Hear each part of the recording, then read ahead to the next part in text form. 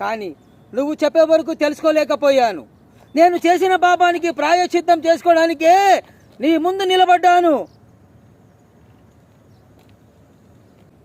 5 ఏళ్లుగా నువ్వు వెతుకుతున్న కాళిని నేనే. నిన్ను మానభంగం చేసిన కాళిని నేనే. నీ కుటుంబాన్ని చిన్న భిన్నం చేసిన కాళిని నేనే. నా చేతి మీద ఉన్న నా తల్లి పేరును చూసి నువ్వు కాళీ అనుకున్నావు, కానీ నిన్ను నాశనం చేసింది ఈ మాణిక్యమే. అందుకే నా తప్పుని రక్తంతో కడుక్కోవడానికి ఇక్కడికి వచ్చాను.